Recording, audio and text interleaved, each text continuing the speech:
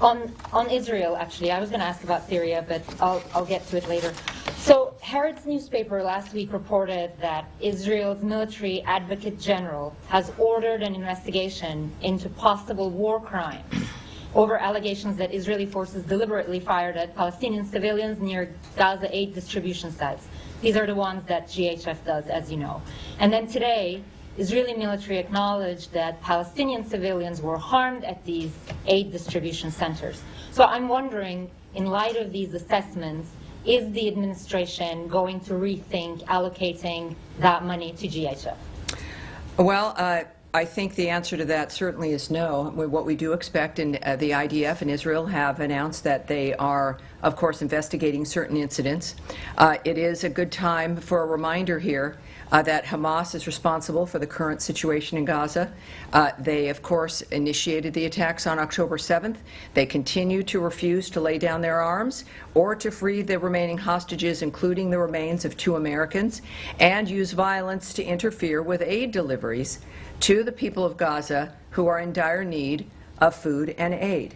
So in the meantime, I think that we also have to recognize that, of course, this remains a war zone effectively. There are 4 sites working for the GHF. We are coming up to, I think, about 51 million meals distributed. It is certainly not easy. There are efforts in those on the ground who do not want this to be a success, who have made the lives of the people of Gaza miserable for decades now. And this is a key, unlocking a door to a better future. So this is what the President has asked for, which is a new approach for Gaza. There is a demand, understandably, for aid to get in. The GHF is doing that. And as we also, of course, decry loss of life and the violence that it continues, but that's why we do what we do, and we continue to work for a ceasefire as well. Yeah, I understand all that. A quick follow-up on that. I completely understand what you're saying, but does the administration have any concern about this? I mean, these are like Israeli authorities accepting that Palestinians have been harmed. Perhaps is the administration thinking about talking to GHF for risk mitigation? Yes, I won't get into the details of the conversations that are had. Obviously, you know that our work there doesn't stop. We continue on. We're still working. The President noted the other day that there's potential for a ceasefire. We look forward to that. Clearly, it's been maybe a little over a week since American power and Donald Trump's leadership has changed the Middle East forever. So there's still more to do. We recognize that Israel is doing the appropriate thing with investigating certain allegations, and we certainly, like everyone else, will be watching that.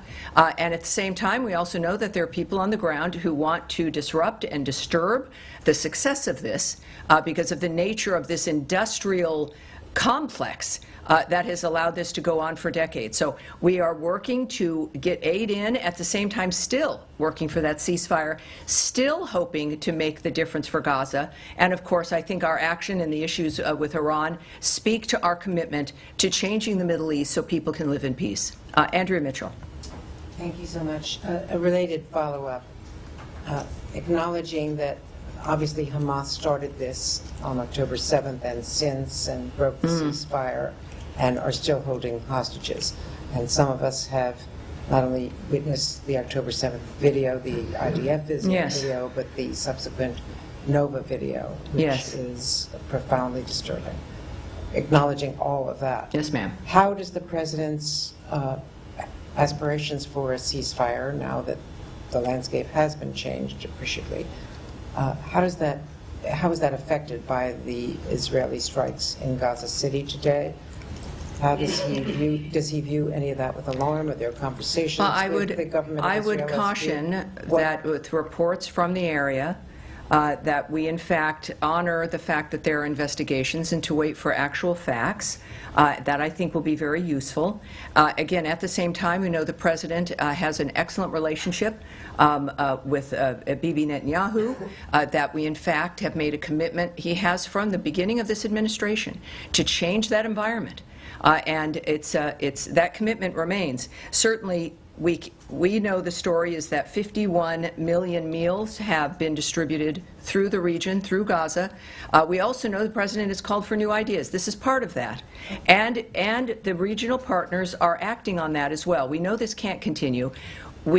Israel is an ally of ours. We, of course, I'm not going to discuss or presume to know the conversations the President's having. That is his prerogative. May I just clarify? Yes, ma'am. I may have been imprecise. I was not referring to any strikes on the aid of food delivery. I was referring to separate strikes that have been reported in the north, in Gaza City, that resulted in several casualties. Well, again, this is a war. This is a war zone. Hamas has still not put down their weapons. We had a ceasefire, which they violated, and refused to engage in another one. We continue, despite all of that, to get another ceasefire, but the ceasefire was broken by Hamas. It's a war. If to speak about the specifics of what Israel is doing, I would direct you to the Israeli government, and I think it's important to recognize that this is a process that is ongoing. Our role in this is to help ease the suffering as much as we can, and certainly part of that is going to hopefully get a ceasefire. The President is optimistic, and so we will be as well.